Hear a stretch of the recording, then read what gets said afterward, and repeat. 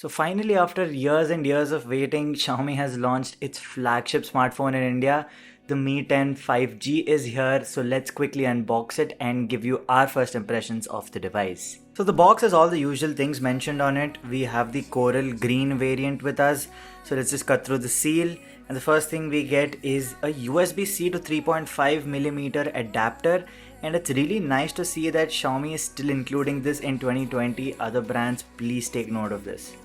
Then we get a great quality case. It's kind of hard TPU with the polycarbonate shell, which actually feels really nice compared to the conventional cases. Then there's some paperwork, a SIM tool, and then we are greeted with the phone itself, which upon first look is gorgeous. And that is followed by the USB Type-C cable and a 30-watt fast charging adapter. Let's now get all of this out of the way and concentrate on the phone itself. Now, upon holding the phone for the first time in hand, the build quality is something that stands out.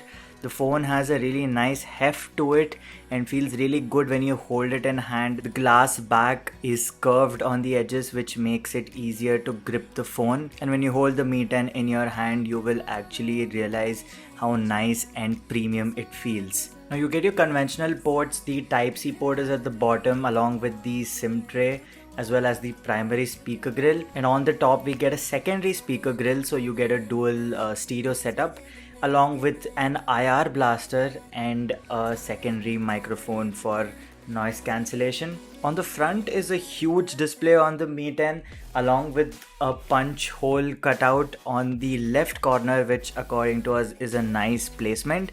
Now the display is curved on the edges, it's 3D curved, which makes it look really nice and premium.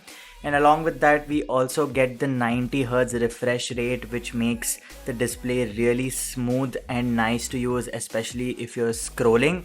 The punch hole cutout is actually quite small and not very obtrusive when you're using the phone. But yeah, the display, at least on first look, actually seems impressive and of top quality. Moving on, we get the Snapdragon 865 chip under the hood with MIUI 11, with a slightly toned down version of MIUI 11, I should say.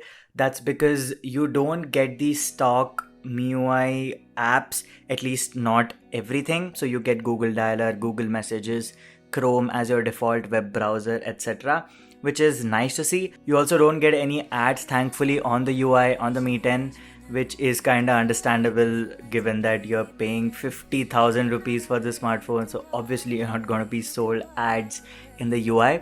However, we did find that there are some bloatware apps and pre-installed games that is basically bloat. You don't need it. I mean, they could have done without it, but yeah, it's there, so you will have to uninstall it manually. Also, it's nowhere close to stock Android or tier 1 Android, but yeah, you do get MIUI, which is slightly toned down on the Mi 10. On the back, we get a quad camera setup, with the primary being a 108 megapixel sensor. That's one of the major highlights of the Mi 10. Along with it, you get a wide angle camera as well as a macro and a depth sensor. Now the 108 megapixel camera seems very promising upon initial inspection. We haven't taken a lot of images.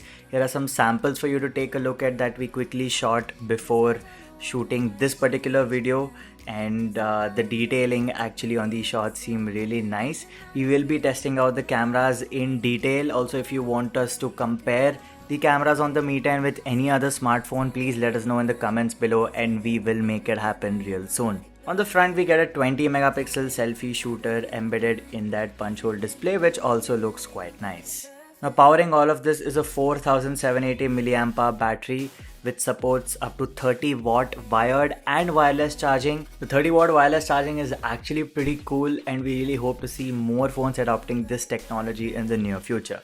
So the Mi 10 has been priced at 49,999 rupees here in India, and for that price, is it better than the OnePlus 8? Is it comparable to the OnePlus 8 Pro? Well, all of these questions will be answered in our full review, so stay tuned for that.